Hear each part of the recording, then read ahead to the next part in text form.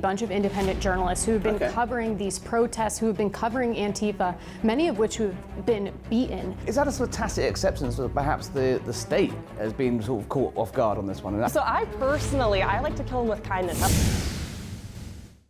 We're still joined in the studio with Rebekah Zeljko from The Blaze and White House correspondent from the Daily Caller, Reagan Reese. I knew I was going to get that right. there's always one thing I mess up at the end of this show. Guys, welcome back. You've just come straight from the White House.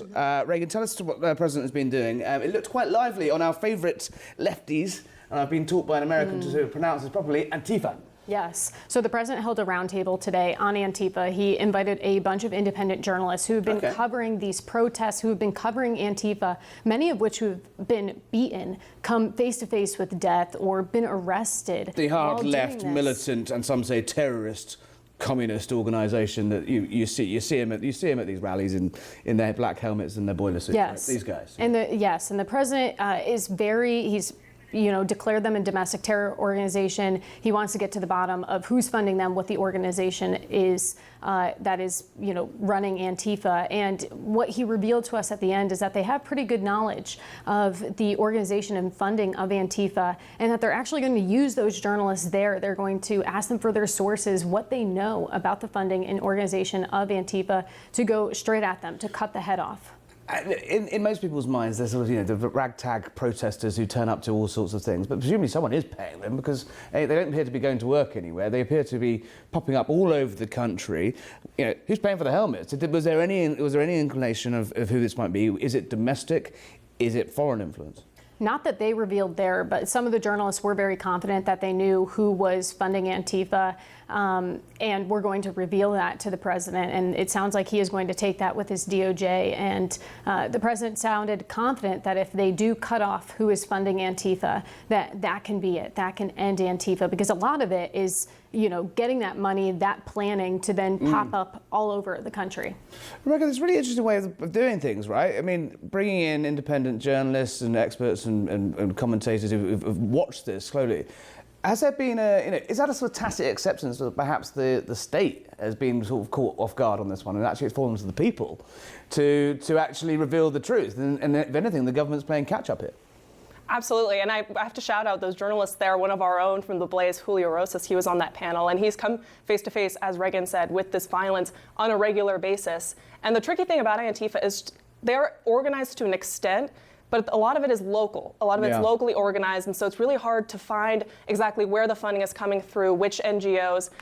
Neville Singham is the name that's come up very frequently, but I'm sure that there's countless others. And so it's really, that's why it's so difficult to actually crack down on this extremely violent organization. You mentioned that, it might just be as, a group of ragtag protesters. They kind of pretend to be, right? But then it's like, well, hang on, they always seem to be at the right place at the right time with the right. Give us some colour for what's it like in the room, because obviously the president can, take charge of those things, and they can often go in. We don't need to tell you two that they can often go in a completely random direction and last for hours and hours. He seems quite fired up about this stuff, Rebekah. Well, there was a lot of really interesting interactions, in my opinion, between the president, the journalists there, and the legacy media where, that we were standing next to. There you saw a lot of back and forths. One of the reporters, they were commenting about who they thought were the worst outlets, MSNBC, or as the president likes to call them, MSNDC or DNC, and also CNN. Those outlets came up frequently, and when he actually called on the reporters, he asked them which outlets they were with, and if there was an outlet he disliked, or he felt that they didn't cover the issue properly. He would skip. So he was in transparent, but transparent on his terms. Exactly. It is interesting, Reagan. It strikes me. I've only been here for a few months, but it's remarkable. Trump 2.0, 47 versus 45. The ability to this White House in particular has to basically bypass the traditional media. It's great news for you guys. It is a deliberate tactic to basically promote independent and newer voices, which must be sending the networks around the bend, right? Yes, totally. But also Americans aren't really watching the typical networks to get their news, and the president understands that, and that's really a big reason why his campaign was successful and won in the White House. We didn't see Kamala Harris, harness the podcasts and the new media the way the Trump administration did. And so I think they know that they need to get to these different outlets, these independent voices, to really get the truth out there. And I think one of the great points made by these journalists today at the roundtable was that anybody's a journalist. You can take out your phone. We've all got iPhones now, yeah. Press record and put it on Twitter. And a lot of people are tuning into Twitter to just get their news from everyday people who are walking the streets and taking videos. And so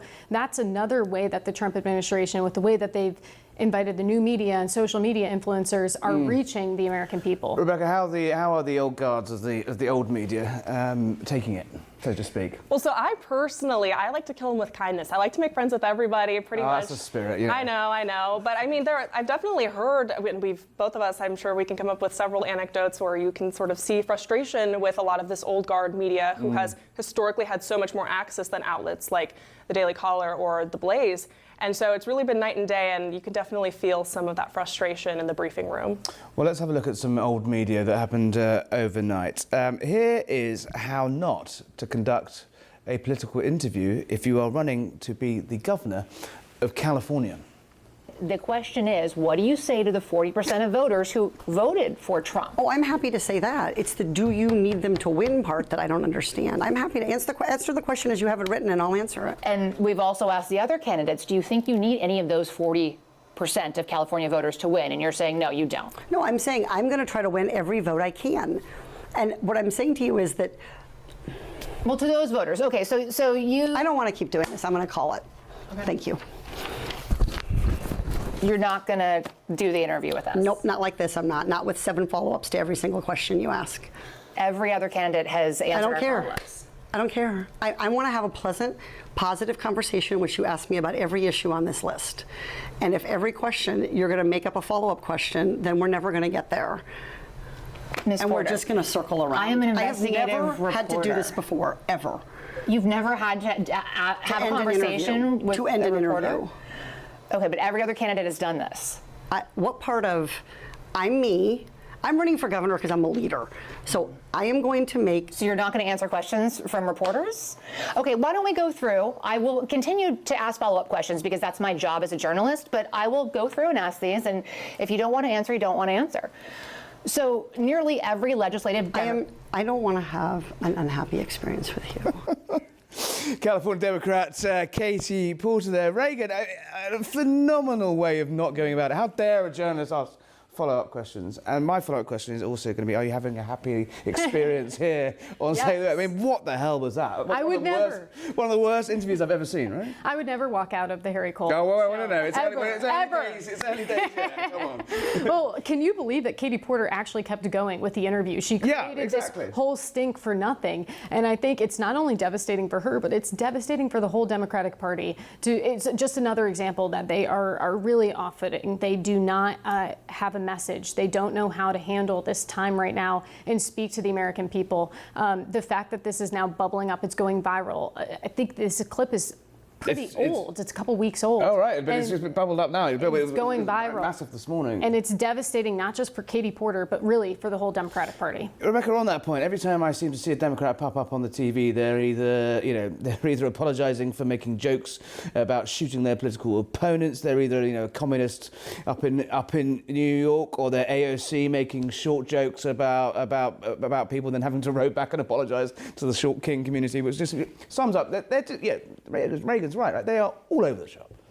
No, I mean, I don't casually make jokes about murdering or no, assassinating exactly. my political Call me rivals, old-fashioned, call me old-fashioned. But I really think it speaks to the arrogance of Democrats like Katie Porter. The fact that they can take an interview like this, expect things to just go really smoothly or easily for them. And in the interview, she said that she didn't really feel the need to appeal to the Trump voter, which, although California is a blue state, 40% are Republican voters. The fact that she didn't really even care to win their support or speak to them is really shocking. It's like they repulsed her. She's like, no, I wouldn't even go near. I mean, call me old-fashioned. You need to kind of go after... She's supposed to represent them. Yeah. It's crazy. Yeah. Do you think, presumably that's, do you think it's a career-ending interview there?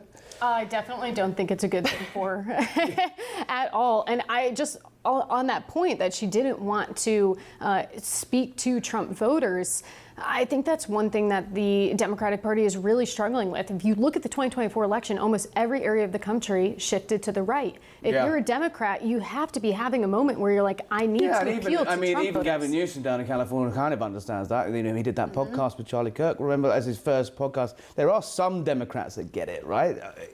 Who do you reckon it's going to be? I don't know. Pete Buttigieg, I know Kamala Harris doesn't like him because he's America's too gay. too homophobic. But he is one of those Democrats who have started to shift to the middle, who has recognized that, being a far left person, a far left politician isn't in, and that he is going to need to compromise and come a little bit and be less extreme and normal, as I call it, for Americans. Do you reckon there's an obvious candidate yet emerging? I mean, I think it's still, the water's still pretty muddy, but to Reagan's point, it's going to be somebody who actually makes an effort to talk to everybody, not just their very niche, increasingly extreme base. Very good, Rebekah. We've run out of time. We've run out of time to welcome home Terror Goblin Greta Thunberg, who, for a Zionist, for an anti-Zionist, so he doesn't half spend a lot of time in Israel being deported. That's all we've got time for tonight.